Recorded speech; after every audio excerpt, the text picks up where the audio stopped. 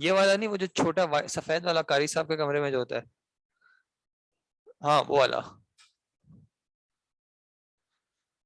جی اصول الحدیث کا مقصد کیا ہے کہ ہم کیا کر پائیں؟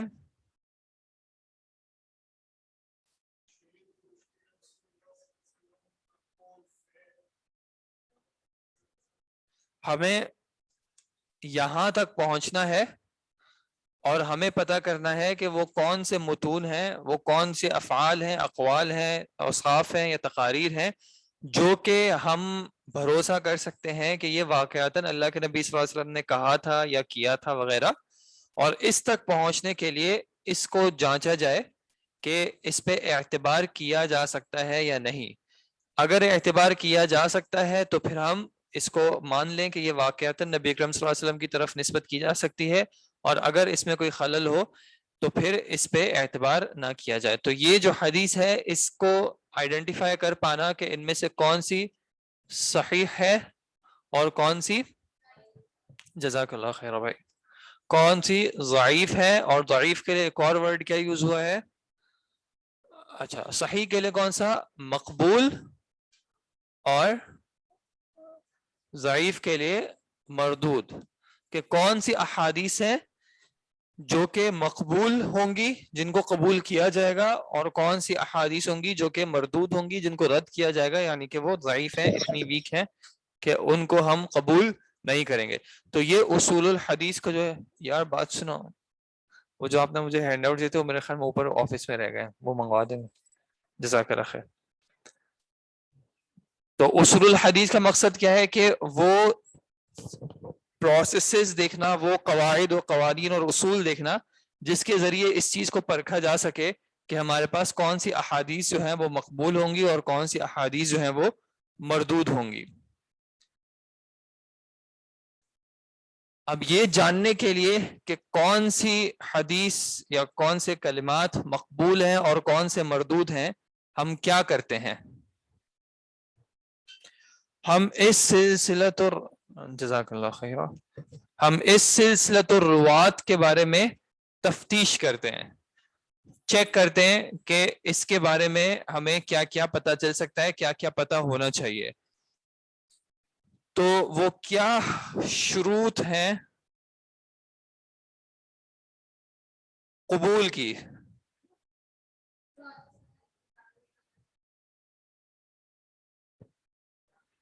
پہلی شرط کیا ہے؟ اتصال السند. اتصال السند سے کیا مراد ہوتی ہے؟ کہ سند جو ہے، یہ سلسلۃ الروات جو ہے، یہ متصل ہو، یعنی کہ کنیکٹڈ ہو. کنیکٹڈ کس طرح ہوگا؟ کہ نبی اکرم صلی اللہ علیہ وسلم سے بیان کرنے والے جو شخص صحابی ہوں گے، ان سے جو بیان کرنے والے تابعی ہوں گے، اور ان سے جو بیان کرنے والے تبع تابعین ہوں گے، اور ان کے بعد جو بھی راوی ہوں یہاں تک کہ محدث نے اس حدیث کو اپنے پاس نوٹ کر لیا ہے. یہ جو تمام بیچ میں جو لوگ آ رہے ہیں ان کے بارے میں ہمیں کچھ چیزیں پتہ ہونی ضروری ہیں، اور ان کے بارے میں ہمیں یہ پتہ ہونا ضروری ہے کہ مثال کے طور پہ اگر یہ شاگرد ہیں تو انہوں نے اپنے استاد سے اس حدیث کو براہ راست سنا ہے یا اخذ کیا ہے کسی طریقے سے، اور یہ ثابت ہو جائے کہ یہ دونوں جو ہیں، یعنی ان کے درمیان یہ معاملہ جو ہے، یہ اخذ جو ہے یہ ممکن ہو. اور یہ ممکن ہونے کا کیسے پتہ چلے گا؟ جیسے آپ نے مینشن کیا کہ ان کا مثال کے طور پہ ہم عصر ہونا ضروری ہے. ہم عصر کا کیا معنی ہے؟ کہ ہم زمانہ ہو، ان کے درمیان معاصرت ہو، کہ انہوں نے ایک ہی زمانہ پایا ہو. پھر معاصرت ہونے کے ساتھ اور کیا ہونا چاہیے؟ ان کی ملاقات ثابت ہو کہ دونوں ایک دوسرے سے ملے ہوں. اور پھر کیا ثابت ہونا چاہیے؟ سماع ثابت ہونا چاہیے یا اخذ ثابت ہونا چاہیے کہ انہوں نے اپنے شیخ سے اس چیز کو لیا ہے، چاہے سن کے، چاہے دیکھ کے، چاہے کتابی فارم میں، چاہے قرات کی فارم میں، چاہے پرمیشن کی فارم میں. تو یہ ہر راوی کا اپنے شیخ سے جو ہے وہ ثابت ہو. اگر ایسا ہوگا تو پھر کہا جائے گا کہ سند جو ہے وہ متصل ہے. دوسری شرط کیا تھی؟ سب سے پہلے عدالت الروات، کہ جو راوی ہیں وہ تمام کے تمام کیسے ہوں؟ عادل ہوں. اور عادل یا عادل سے کیا مراد ہوگی کہ راوی کیسے ہوں؟ سب سے پہلے ان کا کیا ہونا ضروری ہے؟ ایمان، مسلمان ہونا ضروری ہے کہ تمام روات جو ہے وہ مسلمان ہوں، عاقل ہوں، بالغ ہوں. بالغ کس وقت بالغ ہوں؟ حدیث کو سنتے وقت بالغ ہونا ضروری ہے یا حدیث کو ادا کرتے وقت بالغ ہونا ضروری ہے؟ جب وہ حدیث آگے پہنچا رہے ہیں کسی اور کو تو اس وقت ان کے اندر یہ سمجھ ہو، شعور ہو، بالغ ہو کہ جو چیز وہ آگے بیان کر رہے ہیں اس کو وہ سمجھ پا رہے ہوں. اور کیا ہونا چاہیے؟ کیا چیز نہیں ہونی چاہیے؟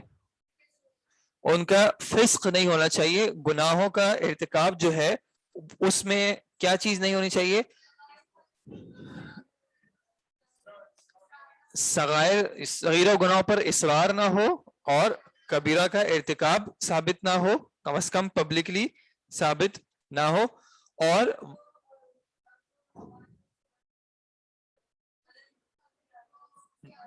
مروت کی مخالفت نہ کرتے ہوں، جو چیزیں اچھی عادات اور اخلاق کے طور پہ سمجھے جاتے ہیں ان کو فالو کرتے ہوں. ٹھیک ہے جی. تیسری کنڈیشن کیا تھی؟ ضبط الروات کے راوی جو ہیں وہ ضابط ہوں. ضابطہ کس طرح کا ہو سکتا ہے؟ سینے کا ہو سکتا ہے یا پھر کتاب کا ہو سکتا ہے. ٹھیک ہے، یعنی حافظہ ہو سکتا ہے کہ انہوں نے حفظ کی ہو یا پھر انہوں نے کہیں پہ لکھ لی ہو. ان دونوں طریقوں میں ان کا ضبط ہونا چاہیے. اگر سینے میں لکھی ہے، سینے میں یاد کی ہے، تو جس طریقے سے اس کو یاد کیا تھا اسی طرح اس کو ادا کر سکتے ہو جب بھی ضرورت ہو. ٹھیک ہے، جب بھی ضرورت ہو تو وہ اس کو اسی طریقے سے بیان کر سکتے ہو جس طریقے سے انہوں نے سنا ہے. اور اگر کتابت کی فارم میں ہے تو پھر ضبط سے کیا مراد ہوگی؟ ٹھیک ہے، ٹھیک ہے. اگر مثال کے طور پہ انہوں نے اپنے شیخ کی کچھ چیزوں کو سنتے ہوئے لکھا ہے، ٹھیک ہے، شیخ نے کہا اور انہوں نے سن کے لکھ لیا، تو وہ جو لکھائی ہے وہ عام طور پہ شیخ کو دکھائی جاتی ہے. شیخ اپروو کرتے ہیں کہ ہاں یہی میں نے کہا ہے. پھر یہ جو لکھائی ہے اس کی انہوں نے حفاظت کی ہو.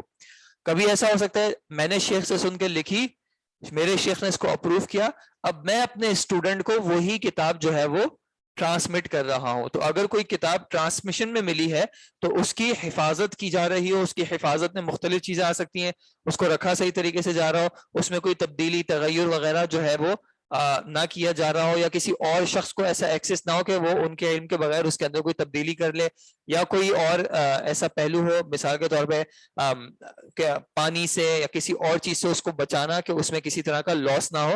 تو یہ سب جو ہے وہ ضبط کے اندر آ جائے گا. اس کے بعد عدم العلہ سے پہلے عدم الشذوذ، کہ کیسی نہ ہو؟ شاذ نہ ہو. اور شاذ سے کیا مراد ہوتی ہے؟ کہ اپنے سے زیادہ ثقہ کی یا پھر اپنے سے زیادہ عدد میں ثقات کی مخالفت نہ ہو رہی ہو، کہ باقی جو ثقہ روات ہیں وہ کوئی اور بات کر رہے ہیں اور یہ جو ہے کوئی اور بات کر رہے ہو، تو اس طرح کا شذوذ نہ ہو. اور پھر آخر میں عدم العلہ، کہ کوئی چھپا ہوا ایسا ڈیفیکٹ نہ ہو حدیث میں جو کہ ظاہری طور پہ تو نہیں دکھ رہا، لیکن زیادہ غور و فکر کرنے کے بعد اس میں کوئی ایسا ایلیمنٹ مل جائے، کوئی ایسی چیز مل جائے جس کی وجہ سے اس کو قبول نہ کیا جائے، جو کہ اس کی سند میں یا اس کسی اور پہلو میں کوئی ایسی چیز ظاہر کرے جس کی وجہ سے اس کو قبول نہ کیا جائے. تو یہ 5 کنڈیشنز جو ہیں ان کی بنیاد پہ ہم چیک کریں گے کہ کس حدیث کو قبول کیا جائے اور کس حدیث کو قبول نہ کیا جائے. شیئرنگ آف اسکرین کو بند کر دیں.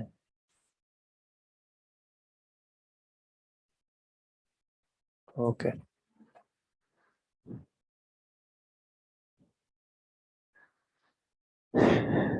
جی. عدالت میں انہوں نے جو چیزیں مینشن کی ہیں کہ صادق ہو، سچ بولنے والے ہوں، امانت دار ہوں، تو یہ سارے جو اچھے اخلاق ہیں یا اچھی عادات ہیں، اچھے اعمال ہیں، اچھے افعال ہیں، دین کی پیروی کرنا، وہ سب اس میں شامل ہو جائیں گے.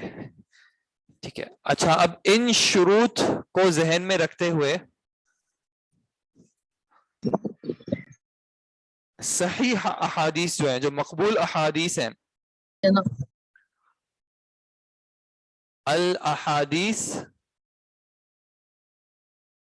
میں اس کی صفت کیسے لاؤں گا مقبول احادیث کے لیے؟ الاحادیث المقبول, ایسے ہی لاؤں گا. یہ موصوف ہے یا صفت ہے؟ یہ موصوف ہے اور یہ صفت ہے. تو یہ موصوف مذکر ہے یا مؤنث ہے؟ مذکر ہے, تو یہ بھی مذکر ہے. عدد میں یہ کتنی ہے؟ جمع ہے, اور یہ واحد ہے. تو ایسا کیسے ہو رہا ہے؟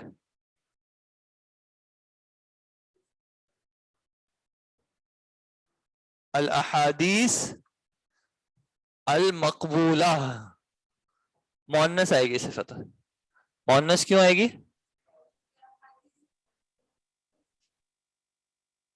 صرف جمع ہے, غیر عاقل کی جمع ہے, تو صفت واحد مؤنث کی آئے گی. ٹھیک ہے. الاحادیث المقبولہ, اس کی کتنی قسمیں تھیں؟ 4 قسمیں تھیں. کون کون سی؟ الصحیح لذاتہ, پھر الحسن لذاتہ, الصحیح لغیرہ. آن لائن بھی جو ہے انہوں نے کوشش کرنی ہے کہ وہ اپنے نوٹس یا بکس جو ہیں وہ بالکل بھی یوز نہ کریں. الحسن لغیرہ. جی, ایک حدیث صحیح لذاتی کے درجے تک کیسے پہنچتی ہے, کب پہنچتی ہے؟ جب وہ تمام جو پانچوں کی پانچوں شرائط ہیں وہ تمام کی تمام جو ہے وہ پوری ہو رہی ہوں, یعنی سند متصل ہو, تمام روات عادل ہوں, تمام روات ضابط ہوں, شذوذ نہ ہو اور علت بھی نہ ہو, تو ایسی حدیث جو ہے وہ صحیح لذاتی ہو جائے گی. اور حسن لذاتی کون سی ہوگی؟ جس میں ضبط جو ہے وہ تھوڑا سا خفیف ہو. ٹھیک ہے, ضبط کی کچھ کمی ہو, باقی سند متصل ہو, روات عادل ہو, شاذ نہ ہو, علت نہ ہو, صرف ضبط جو ہے وہ خفیف ہو. خفیف کا مطلب یعنی بالکل بھی برا نہ ہو, ایسا جی, اس میں کچھ کمی ہو, کسی راوی کے ضبط میں کچھ کمی ہو, تو پھر یہ ہو جائے گی حسن لذاتہ. اگر حسن لذاتہ کو کیا مل جائے تو وہ اگر حسن لذاتہ کا جو متن ہے, حسن لذاتہ کا جو متن ہے, اس متن کو کسی دوسری سند سے سپورٹ مل جائے تو وہ کم از کم, اور وہ بھی کم از کم یا اس کے درجے کی ہو یا اس سے بہتر ہو. ٹھیک ہے, کم از کم اس کے درجے کی ہو یا اس سے بہتر ہو, تو پھر یہ حسن لذاتہ کیا بن جائے گی؟ الصحیح لغیرہ. اور یہ سپورٹ کس طرح کی ہو سکتی ہے؟ تابع بھی ہو سکتی ہے, شاہد بھی ہو سکتی ہے. تابع کون تھا اور شاہد بھائی کون تھے؟ صحیح. تابع وہ سند تھی جس میں صحابی سیم تھے, باقی آگے کہیں جا کے سند میں اختلاف آ رہا تھا کہ رجال میں کہیں نہ کہیں ڈفرینس آ رہا تھا. شاہد میں صحابی بھی ڈفرینٹ تھے اور سند بھی ڈفرینٹ تھی, لیکن دونوں میں کیا ہے کہ دونوں کا متن جو ہے وہ یا تو لفظاً سیم ہے یا معنن سیم ہے, کہ لفظ جو ہے وہ سیم نہیں ہے لیکن الفاظ معنی جو ہے وہ تقریباً سیم ہے. کبھی ایسا بھی ہو سکتا ہے کہ مثال کے طور پہ ایک حدیث ہو جس میں متن کے 2 حصے ہوں, یعنی بڑی حدیث ہو, متن کے 2 حصے ہوں, اور ایک حصہ جو ہے اس کو سپورٹ مل جائے کسی دوسری سند سے, لیکن دوسرے حصے کو نہ ملے. تو ایسے کیس میں کیا ہو جائے گا؟ ایک حدیث ہے اس کے متن کے مثال کے طور پہ اس میں دو باتیں بیان ہوئی ہیں, ٹھیک ہے, دو باتیں بیان ہوئی ہیں, اور وہ حدیث کے سند, اس سند میں کچھ ایشو ہے, کہیں نہ کہیں ضبط خفیف ہے, ٹھیک ہے. جب اس کے لیے تابع یا شاہد یا کوئی اور سرچ کی جاتی ہے تو متن کے پہلے حصے کے لیے سپورٹ مل جاتی ہے, یعنی کوئی اور سند آتی ہے جس میں متن کا پہلا والا حصہ تو موجود ہے, دوسرے والے حصے کی سپورٹ نہیں ملتی, تو پھر کیا ہوگا, پہلے والے حصے کو قبول کر لیا جائے گا, دوسرے والے حصے کو جو ہے وہ پھر وہیں پہ رکا جائے گا, ٹھیک ہے. آپ دیکھیں گے کہ کہیں پہ جیسے محدث جو ہے وہ حکم لگاتے ہیں صحیح الا قولہ, اور پھر وہ آگے بیان کرتے ہیں کہ کون سی بات جو ہے وہ صحیح نہیں ہے. تو کیوں ایسا ہو رہا ہوتا ہے, کیونکہ اس متن کے لیے کسی اور جگہ سے سپورٹ مل رہی ہوتی ہے, لیکن متن کا کچھ حصہ ہوتا ہے جس کے لیے سپورٹ نہیں مل رہی ہوتی, ٹھیک ہے. اگر ضبط خفیف ہو اور اس کو کسی اور جگہ سے سپورٹ مل جائے تو وہ صحیح لغیری کے درجے تک پہنچ جائے گی. اور حسن لغیری کون سی حدیث ہوگی,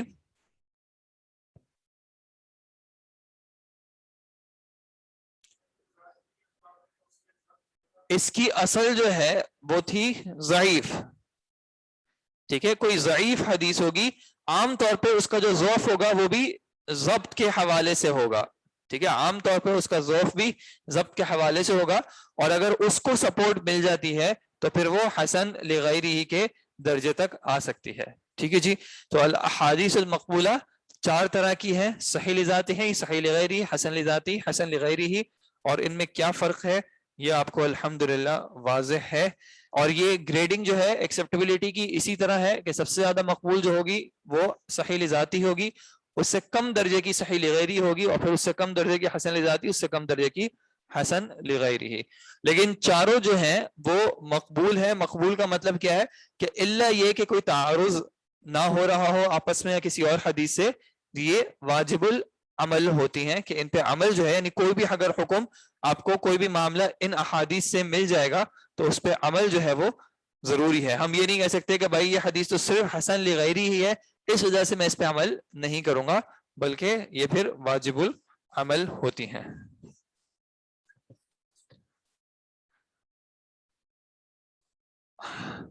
مقبول کی اپوزٹ کیا تھی, مردود. شاہد ابھی آگے آئے گا انشاءاللہ, تب شاہد ریپیٹ کر لیں گے, ابھی شاہد جو ہے وہ ریپیٹ نہیں کر رہا میں. پھر الاحادیث المردودہ یا پھر الاحادیث الضعیفہ. رد کرنے کی جو ہے وہ بنیادی طور پہ کتنے ریزنز ہیں, بنیادی طور پہ حدیث کو رد کرنے کے جو ہے وہ دو ریزنز ہیں, یعنی دو کیٹیگریز ہیں ریزنز کی. ایک وہ ہیں جن کا تعلق کس سے ہے, سند سے, ٹھیک ہے. سند سے کس طرح, یعنی کہ کہیں نہ کہیں سند میں کسی طرح کا کوئی ڈیفیکٹ آ رہا ہوگا جس وجہ سے وہ حدیث ضعیف ہو رہی ہوگی. اور دوسرا ریزن کیا ہوتا ہے, راوی کا, ٹھیک ہے. دوسرے ٹائپس کے ریزنز ہوں گے وہ راوی کے ہوں گے. پھر راوی کے جو ریزنز ہیں وہ دو طرح کے ہوں گے. ایک کا تعلق کس سے ہوگا, اس کی راوی کی کیا کیا دو چیزیں ضروری تھیں, وہ ایمان والی بات کے لیے ہم نے کیا ورڈ یوز کیا تھا, اس کی عدالت. تو کچھ ریزنز ہوں گے جو راوی کی عدالت سے تعلق رکھیں گے, اور باقی ریزنز اس کے ضبط سے تعلق رکھیں گے, ٹھیک ہے جی. سند کے حوالے سے جو ریزنز تھے یا ڈیفیکٹس تھے کہ سند میں کسی طرح کا بریک آئے, تو وہ کس کس طرح کے تھے, وہ بھی بنیادی طور پہ دو طرح کے تھے. کون کون سا, ایک تھا السقط الظاہر, سخت ظاہر. سخت ظاہر کا کیا مطلب ہے کہ آسانی سے جس کے بارے میں پتہ چل سکتا ہے کہ یہاں پہ سند متصل نہیں ہے. آسانی سے مطلب کیا ہے کہ روات کو دیکھ کے کبھی کبھی تو الفاظوں میں ایسا ظاہر ہو جائے گا, یا کم از کم روات جو ہے وہ بالکل بنیادی طور پہ واضح ہو جائے گا کہ بھائی یہاں پہ کچھ نہ کچھ سخت ہے. اس کے لیے بہت زیادہ جد و جہد, بہت زیادہ محنت کرنے کی, یا بہت زیادہ ایک علمی نظر کی ضرورت نہیں ہوتی. جی وہ خفی کے لیے ماہر فن کی زیادہ جو ہے وہ ضرورت پڑتی ہے، لیکن سخت ظاہر عام آسانی سے پہچانا جا سکتا ہے۔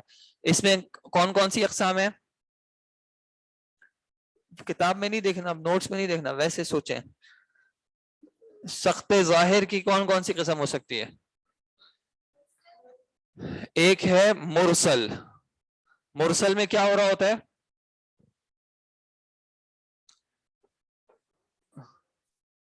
نبی اکرم صلی اللہ علیہ وسلم سے اصل میں صحابی کو روایت کرنا تھا اور صحابی سے تابعی کی روایت کرنا تھا، تو مرسل میں کیا ہوتا ہے؟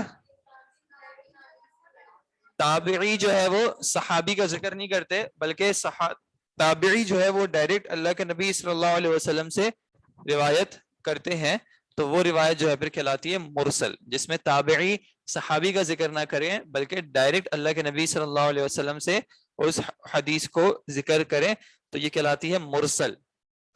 اور بنیادی طور پہ مرسل کا کیا حکم ہے؟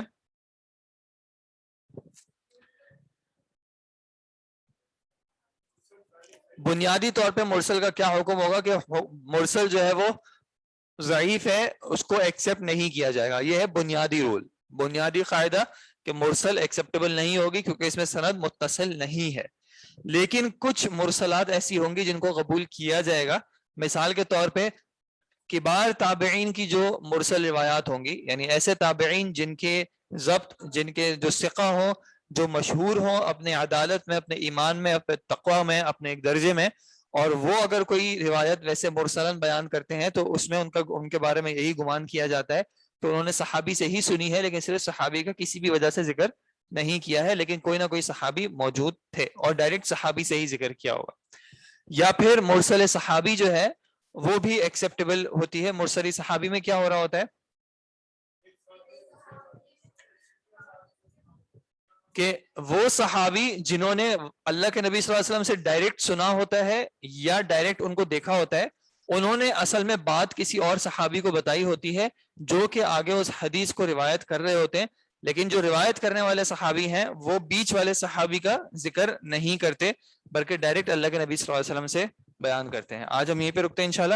ایک چھوٹا سا مسئلہ لایا گیا ہے اور وہ یہ ہے کہ ویسے تو اس سبجیکٹ کا بھی ایک حصہ ہے، اگر آپ مصطلح الحدیث کی کتب میں دیکھیں تو اس میں کہیں نہ کہیں یہ چیز مینشن ہوتی ہے کہ حدیث پڑھتے وقت شیخ کے کیا آداب ہونے چاہیے یا طالب علم کے کیا آداب ہونے چاہیے۔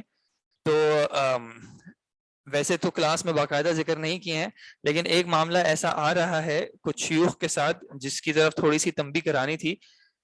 یہ جو کلاسز کے ٹائمنگز ہیں، ٹھیک ہے، اب یہ ہمارے پاس 6 to 9 کا ٹائم پیریڈ ہوتا ہے جس میں نماز بھی آگے پیچھے آ رہی ہوتی ہے، اساتذہ کو اپنا اسکیجول بھی کور کرانا ہوتا ہے، کبھی کوئی انسانی تقاضوں کی وجہ سے کبھی کوئی جلدی بھی آ رہا ہوتا ہے، کبھی کوئی دیر سے بھی آ رہا ہوتا ہے، تو یہ اساتذہ جو ہے اپنی طرف سے چیزوں کو مینیج کر رہے ہوتے ہیں۔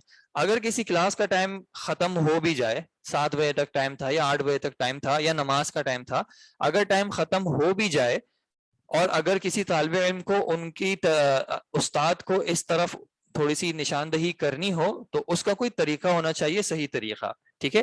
یہ بالکل بھی مناسب نہیں ہے کہ ان کو چیٹ میں کہہ دیا جائے کہ شیخ ٹائم ختم ہو گیا ہے آپ چلے جائیں، یا اس طرح کی کوئی بات ایسی کہ جو استاد کے درجے، کیا ویسے کسی طالب علم کو بھی اس طرح نہیں بولنا چاہیے، لیکن وہ بالاولیٰ اگر استاد ہیں تو ان کو اس طرح کی بات بالکل بھی مناسب نہیں ہے کہ ان کو اس طرح کا کہا جائے۔ ان کو بھی علم ہے کہ کیا وقت ہو رہا ہے، اور بھی فیکٹرز ہوتے ہیں جن کو کوئی استاد کنسیڈریشن میں رکھا ہوا ہوتا ہے۔ کم از کم ایسا ہوتا ہے کہ کوئی موضوع چل رہا ہوتا ہے، اس کے حوالے سے ذہن میں کچھ افکار آئی ہوئی ہوتی ہیں، کچھ باتیں آئی ہوئی ہوتی ہیں جن کو انہوں نے ڈیلیور کرنا ہوتا ہے، اور اگر وہ چین آف تھاٹ بریک ہو جاتی ہے تو پھر وہ چیز ذہن سے نکل جاتی ہے۔ تو اگر کوئی استاد، آپ پڑھنے ہی آئے ہیں، پڑھ ہی رہے ہیں انشاءاللہ، اگر کوئی استاد تھوڑا سا آپ کو زیادہ علم دے رہا ہے تو تھوڑا سا اس کو ادب کے ساتھ، احترام کے ساتھ ان کو چلنے دیں۔ کبھی ایسا ہو کہ مثال کے طور پہ کوئی استاد وقت زیادہ لے گئے ہیں یا ان کو وقت کا علم نہیں ہوا ہے، تو ایک اچھے طریقے سے، کوئی مناسب طریقے سے ان کو اس طرف تھوڑی تنبیہ کرا دی جائے۔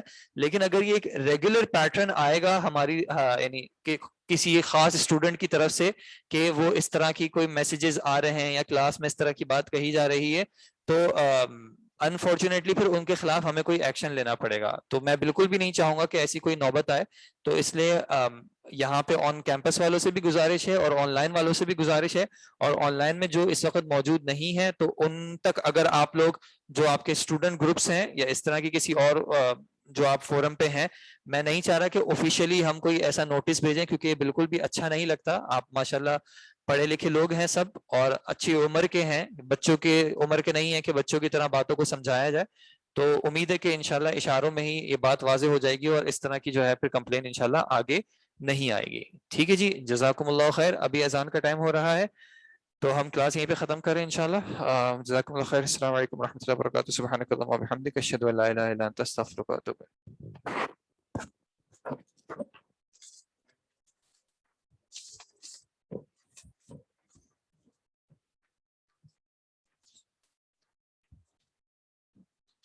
جویریہ اور عافیہ